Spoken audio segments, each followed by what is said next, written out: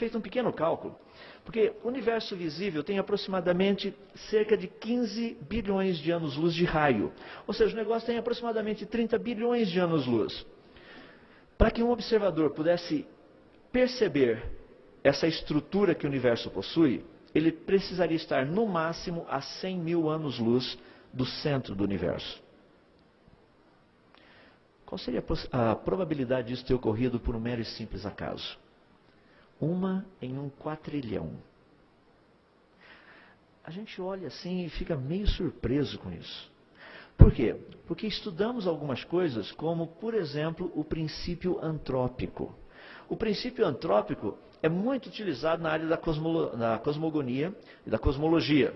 Só para termos uma pequena noção, vou dar algumas ideias básicas. Olha o sisteminha nosso: Sol, Terra e Lua.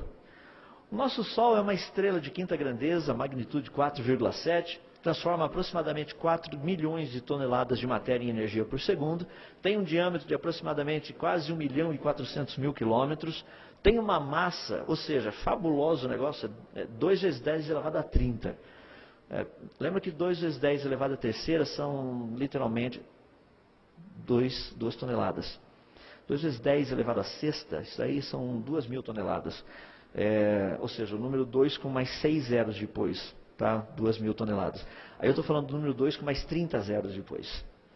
Esse é o tamanho do brinquedinho que está ali fora, iluminando a gente. É fabuloso.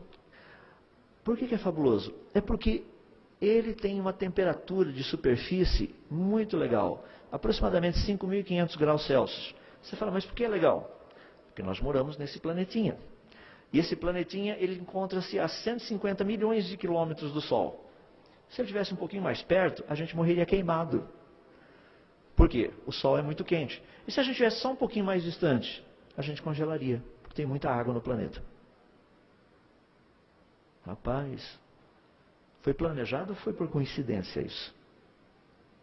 A Lua, que está ao nosso redor, ela tem praticamente 1/6 da Terra. Está a uma distância de uns 384 mil quilômetros. Ela gira de uma forma muito interessante em volta da gente. Não sei se você já percebeu, mas toda lua cheia é a mesma carinha. Em outras palavras, à medida que a lua dá uma volta em volta dela mesma, ela dá uma volta em volta da Terra. É por isso que ela tem a mesma face virada para a gente. Então essa face que vocês estão vendo é a que sempre a gente vê. Para você ver a outra, você tem que pegar e ir do outro lado. É por isso que eles chamam da face oculta da Lua. Você fala, não, ela é oculta quando é lua nova, não dá para ver. Não, na lua nova é essa mesma face que está virada para a gente. Não é o outro lado, é essa daqui mesmo. Interessante. E por que esse lado que a Terra esconde, porque a Lua fica desse lado aqui, né? A Terra está aqui na frente. Por que esse lado da Lua tem cratera? Se esse é o lado está sempre virado para a gente. Era para ter sido protegido. O que será que aconteceu? Por que será que o tipo de cratera que é do lado virado para a Terra é diferente do tipo de cratera do outro lado? Parece até que alguma coisa da Terra foi jogada em direção à Lua e não foi Apolo 11, 12, 13, não foi esse tipo de coisa não. Só para você ir pensando, olha os parâmetros do planeta Terra. São muito impressionantes. É só para ter uma noção. Se a Terra estivesse só 10% mais próxima do Sol, a nossa água evaporaria. Se ela estivesse só 10% mais distante, a água congelaria. Se ela rodasse só 10% mais rápida, os ventos seriam todos na ordem de 300 a 400 km por hora. Se ela rodasse só 10% mais devagar, durante o dia, as temperaturas médias seriam de 80 a 100 graus Celsius. No Equador, durante a noite, a temperatura cairia para 30 graus abaixo de zero. Sabe quantas dessas pequenas variáveis existem para que vida possa existir no nosso planeta?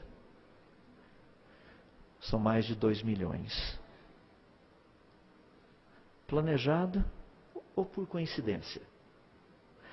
É por isso que quando os cientistas tratam dessa questão, eles falam que o planeta Terra é um planeta privilegiado. Por exemplo, Dr. H. Moore disse o seguinte: causa um pouco de depressão pensar que planetas do tipo da Terra são tão especiais. Heinz Oberhumer, que é um astrônomo, ele disse o seguinte: não sou religioso, mas poderia dizer que este universo foi muito bem projetado para a existência da vida. As forças básicas no universo foram feitas sob medida para a produção de vida fundamentada em carbono, que somos nós e as plantas.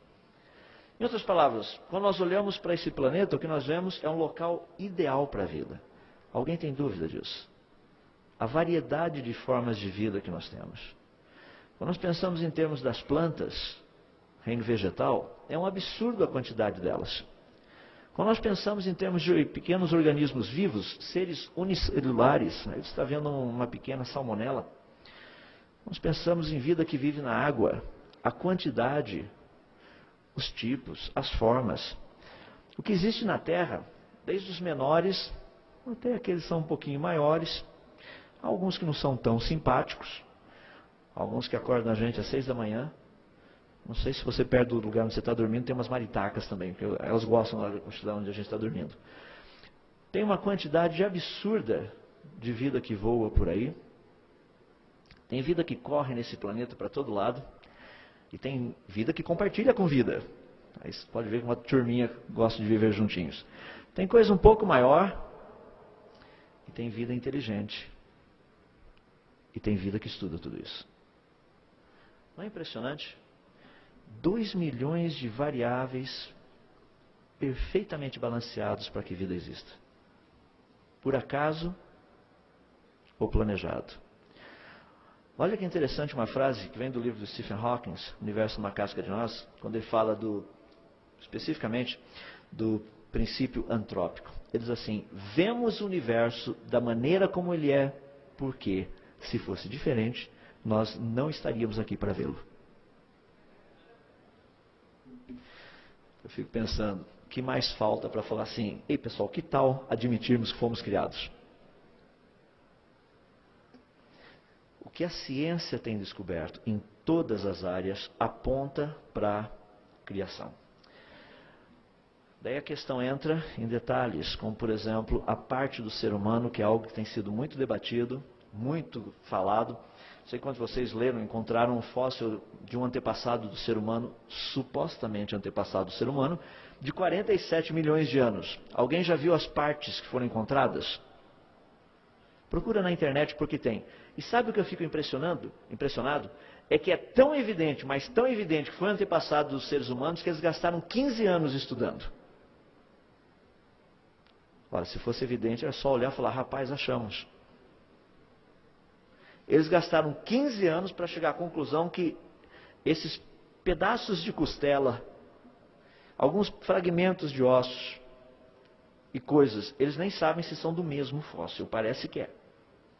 Então eles estão assumindo que é do mesmo. E são pequenos fragmentos. Então, se colocarmos todos esses fragmentos juntos, teria sido do antepassado do ser humano. Eu falo: rapaz, isso é o que nós chamamos de criatividade.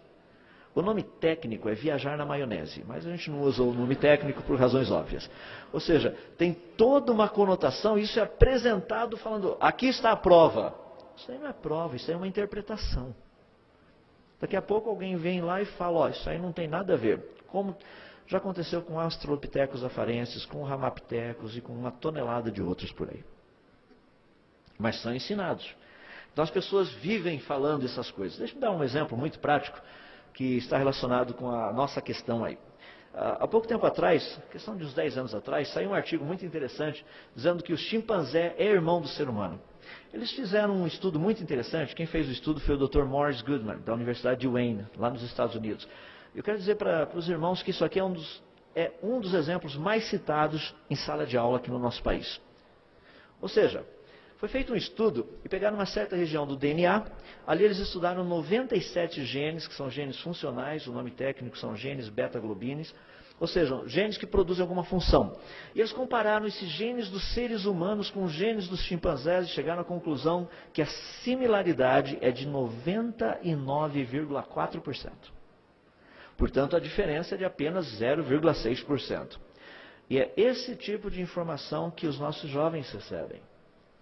Daí o pessoal chega e fala assim: rapaz, mas olha só, entre a gente e os chimpanzés são só 0,6%. Eu costumo zoar um pouquinho quando eu vou nas universidades e falar assim, espero que dos aqui presentes ninguém amanhã apareça num zoológico. Por aí fique lá olhando para a chimpanzézinha lá e falando, que bom se ela fosse minha namorada. São só 0,6%, afinal de contas, a diferença. Então você nem ia sentir a diferença tão grande. Pensou que legal a comunicação entre os dois? Mas aqui nós vemos algumas fotos desse jeito, as pessoas falam, não, mas olha só, o que você acha que esse chimpanzé está fazendo? Obviamente ele não está lendo. O chimpanzé não sabe ler. Mas o pessoal tem uma criatividade, eles pegam e colocam talvez uma banana ali no meio, o chimpanzé pega o jornalzinho ali, porque tem uma banana lá dentro, ou seja lá o que for, e as pessoas falam assim, incrível, nós realmente evoluímos dos chimpanzés. Nem a teoria da evolução nunca disse isso, que nós evoluímos dos chimpanzés. Então, por favor, meus irmãos, não saiam por aí dizendo do Darwin